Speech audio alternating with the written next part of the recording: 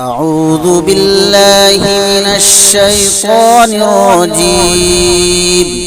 بسم الله الرحمن الرحيم. السلام علیکم ورحمۃ اللہ وبرکاتہ. معزز ناظرین، امید ہے کہ آپ سب حضرات بخیر ہوں گے. گزشتہ ویڈیو میں ہم نے آپ کے سامنے معراج النبی صلی اللہ علیہ وسلم کا ذکر کیا تھا. گزشتہ ویڈیو میں بات یہاں تک پہنچی تھی کہ اللہ کے نبی صلی اللہ علیہ وسلم نے جنت کے مناظر دیکھے اور اس کے بعد دوزخ کے مناظر بھی دیکھے.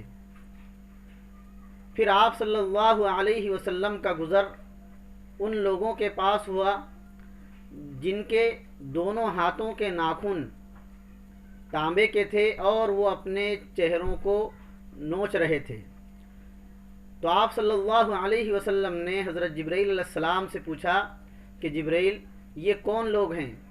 تو جبرائیل علیہ السلام نے کہا کہ اللہ کے نبی صلی اللہ علیہ وسلم، یہ وہ لوگ ہیں جو لوگوں کی غیبت کیا کرتے تھے، یعنی لوگوں کے پیٹھ پیچھے ان کی برائیاں کیا کرتے تھے، اس کا یہ عذاب ان کو ہو رہا ہے. پھر آپ صلی اللہ علیہ وسلم ارشاد فرماتے ہیں کہ میرا گزر کچھ ان لوگوں کے پاس سے ہوا جن کے ہونٹ لٹکے ہوئے تھے اور آگ کی قینچیوں سے ان ہونٹوں کو کاٹا جا رہا تھا. میں نے پوچھا جبرائیل، یہ کون لوگ ہیں؟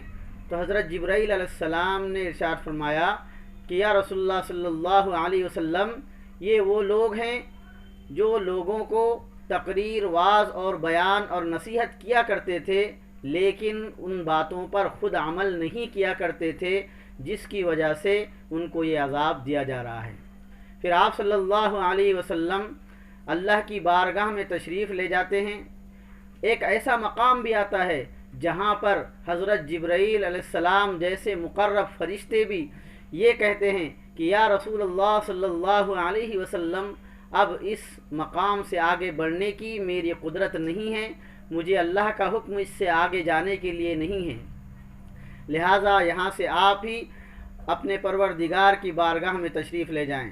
پھر آپ صلی اللہ علیہ وسلم اس مقام میں داخل ہوتے ہیں جہاں پر مقرب سے مقرب فرشتے کا بھی گزر نہیں ہے.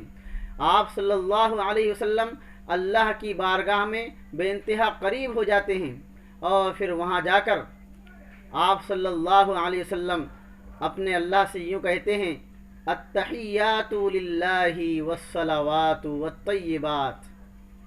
اے میرے اللہ، میں نے ساری جسمانی عبادتیں، مالی عبادتیں اور بدنی عبادتیں لے کر تیرے پاس حاضر ہوا ہوں.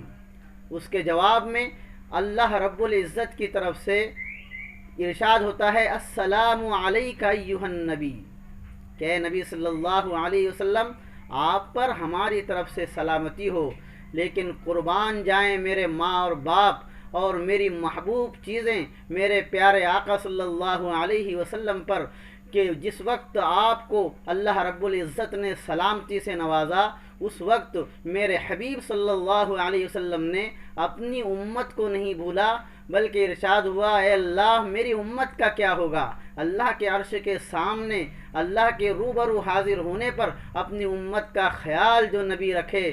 تو معزز ناظرین، آپ ہی اندازہ لگائیں کہ میرے نبی سے بڑھ کر غمخوار امت کا اور میرے نبی صلی اللہ علیہ وسلم سے ہمدرد سب سے بڑا امت کا کوئی نہیں ہو سکتا. کیا آپ نے وہاں پر خیال کیا اور کہا، اے اللہ یہ تو سلامتی میرے لیے ہے، میری امت کے لیے کیا ہے؟ تو ہم جیسے گناہ گاروں کے لیے اللہ کے نبی صلی اللہ علیہ وسلم کی سفارش سے اللہ کی طرف سے اور سلامتی آئی، السلام علیک ایھا النبی ورحمۃ اللہ وبرکاتہ، السلام علینا وعلی عباد اللہ الصالحین، کہ نبی صلی اللہ علیہ وسلم آپ پر بھی سلامتی ہو اور آپ کی امت میں سے نیک بندوں پر بھی سلامتی ہو. تو اللہ کے نبی صلی اللہ علیہ وسلم نے ہمیں اس جگہ بھی نہیں بھولا. معزز ناظرین، دو مقام ایسے ہوتے ہیں کہ ان دو مقام پر ہر انسان اپنی ساری چیزوں کو بھول جاتا ہے. ایک وہ مقام ہوتا ہے جب کہ وہ عروج پر پہنچ جاتا ہے، تو عروج پر پہنچنے کے بعد، بلندیوں پر پہنچنے کے بعد وہ اپنے پیچھے سارے لوگوں کو بھول جاتا ہے۔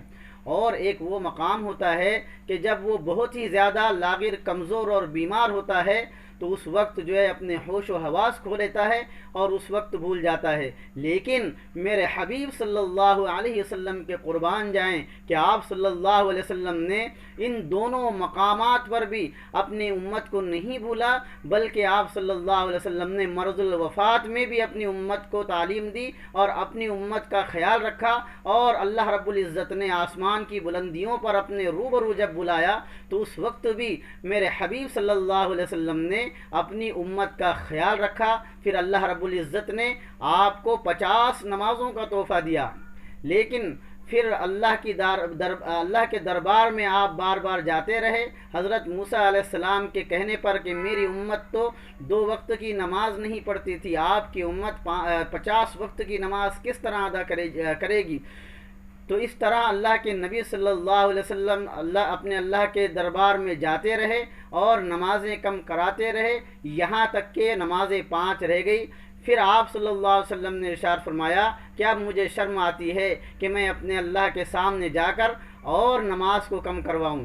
پھر اللہ کا ارشاد ہوتا ہے کہ اے نبی صلی اللہ علیہ وسلم، آپ کی امت میں سے جو بھی پابندی کے ساتھ ان 5 نمازوں کو ادا کرے گا تو ہم اس کو 50 نمازوں کا ثواب دیں گے۔ تو معزز ناظرین، نماز یہ ہماری معراج ہے۔ اگر جو شخص ان تصورات کے ساتھ اتحیات میں بیٹھ کر نماز پڑھ لیتا ہے اور یہ سوچتا ہے کہ یہ وہ میرے نبی صلی اللہ علیہ وسلم کو ملا ہوا تحفہ ہے جو اللہ نے عرش پر بلا کر دیا اور جس کو سکھلانے کے لیے جبرائیل علیہ السلام کو مکہ کی سرزمین پر بھیجا، تو یہ نماز میں انقلابی کیفیت ہے جو ہر چیز کا انقلاب لے آتی ہے۔ تو معزز ناظرین، آپ دیکھیے جہاں پر چاند گرہن ہو، سورج گرہن ہو، وہاں پر نماز کا حکم ہے، صلاۃ الخسوف ہے تو صلاۃ الکسوف ہے۔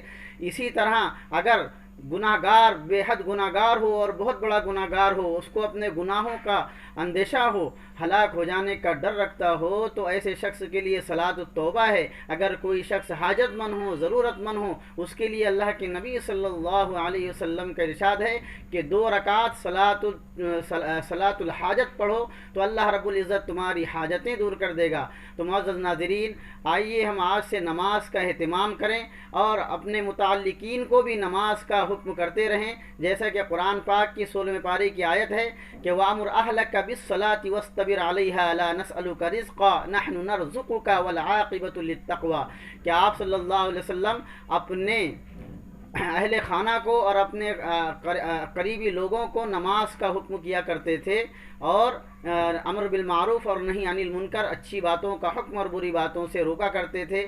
تو آپ صلی اللہ علیہ وسلم کے مشن کو ہم بھی جو ہے آگے بڑھائیں اور نماز کی دعوت کو عام کریں۔ دعا ہے کہ اللہ رب العزت ہمیں کئی سنی باتوں پر عمل کی توفیق عطا فرمائے۔ آمین۔ آخر الدعوانا الحمد للہ رب العالمین۔ السلام علیکم ورحمۃ اللہ وبرکاتہ۔